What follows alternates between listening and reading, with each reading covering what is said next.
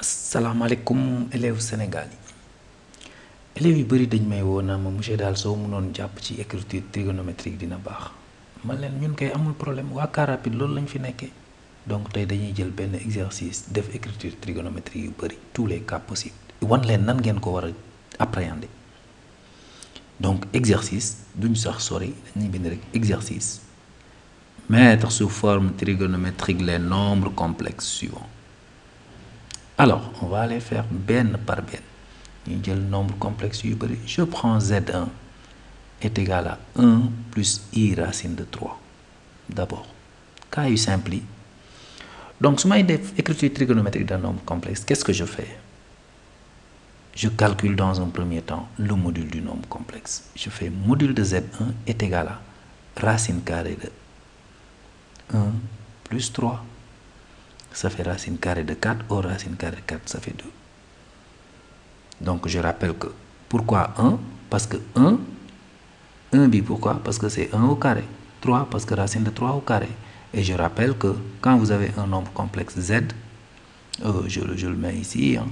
Si j'ai Z égale A plus IB, module de Z, c'est égal à racine carrée de A carré plus B carré. C'est ça le module. D'accord? Donc, qu'est-ce que je fais? Je calcule le module.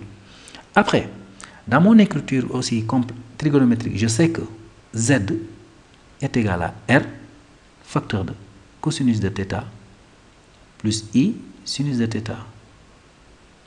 Avec R égale module de Z. Lolo tax su may bind écriture trigonométrique d'un nombre complexe, mais je calcule le module. Après, je reprends mon nombre complexe, ici, Z1, que je factorise par son module. Damay jël Z1 factoriser le module. 2 l'a trouvé, je factorise par 2. Si je factorise ici, je vais avoir 1 demi plus I racine de 3 sur 2. Après, le top, je cherche θ. θ laay wër, θ bii laay wër, tel que θ égale 1 demi. Gars yi tam ñu ne yow laa doon wër. Ñun θ bii la ñuy wër.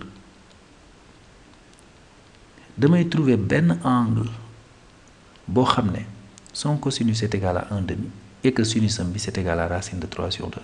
Ah sama gars yi nag angle remarquable yi da nga leen ko war a xam boobu xam ngeen ne son angle c'est pi sur 3. Xam nga après donc qu'est-ce qui reste? Finalement Z1 ça fait 2 facteur de cosinus de pi sur 3 plus I sinus pi sur 3. On a yenn élèves yaa ngi naan chut waaye monsieur bu ñu nax waaye yaa gën a xam ne yi yomb yi taxut ñuy wax.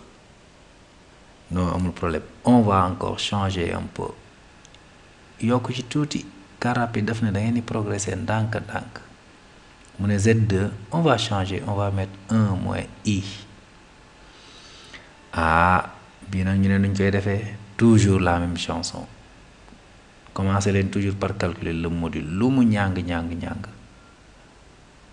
Si je calcule le module, si vous appliquez li, vous allez trouver racine de 2. Donc, Z2 est égal à racine de 2 facteur de 1 sur racine de 2 moins 1 sur racine de 2 I. Ok, Z2 est égal à quoi? Racine de 2, je rends algébrique. Sur 2 moins racine de 2 sur 2 I. Alors, après si vous voulez écrire comme ni, nous avons θ. Quel est le nombre complexe θ? Quel est le nombre réel θ? Tel que cosinus de θ égale racine de 2. Sinus de θ égale moins racine de 2 sur 2. Ici, racine de 2 sur 2. θ bii ñuy wër mooy moins pi sur 4. Pourquoi? Parce que jàng nañ en seconde les angles associés. Sinus de moins θ égale sinus θ. Donc ici, si je remplace racine de 2 sur 2 par sinus pi sur 4, je vais avoir moins sinus pi sur 4. Or, moins sinus pi sur 4, c'est sinus de moins pi sur 4. Parce que ici, ça ne change pas. Cosinus de moins pi sur 4, c'est la même chose que cosinus de pi sur 4. Donc Z2 est égal à racine de 2 facteur de cosinus de moins pi sur 4 plus i sinus de moins pi sur 4. gaa yi naan doyul su doyul ñu dolli loolu la ñuy wax waa Sénégal waa car rapide nee na moom lépp ay leer tey. Z3 ça va faire moins racine de 3 plus i, je change place au moins bi. Donc qu'est-ce qu'on va faire? Les gars yi xanaa war ngeen xam lan la ñuy def. Qu'est-ce qu'on fait? On calcule le module de Z3. Ça va faire racine carrée de... Non, cette fois-ci sax damay calculer module bi normalement.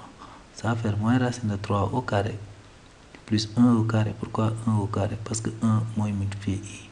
Donc ici j'obtiens 3 plus 1, ça fait 4. Racine carrée de 4. Or racine carrée de 4, ça fait 2. Ok, maintenant qu'est-ce que je fais? Donc j'écris Z3 est égal à 2, ma factorisé par 2. Facteur de moins racine de 3 sur 2 plus 1 demi de i. Bon gars, on commence à être rodé. On ne va plus écrire ay posons cos θ. Non, non, non. Je fais mentalement quel est l'angle qu'il y a pour cosinus moins racine de 3 sur 2 et pour sinus 1 demi. Ben c'est l'angle. Quel angle? Cosinus de pi moins pi sur 6 plus i sinus de pi moins pi sur 6. Voilà, après qu'est-ce qu'il nous reste à faire? Calculer pi moins pi sur 6. Hein? Donc Z3 va nous faire 2 facteur de cosinus de pi moins pi sur 6 égale 5 pi sur 6 plus i sinus de 5 pi sur 6.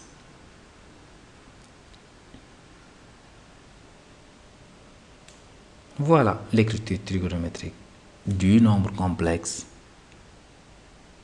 su ngeen bëggee sama gars yi yeneen vidéo nag dem leen ci academy.carrapide.com. xam naa ne yii doyugul comprendre gu leen lu baax mais dem leen foofu am na yeneen vidéo yu graaw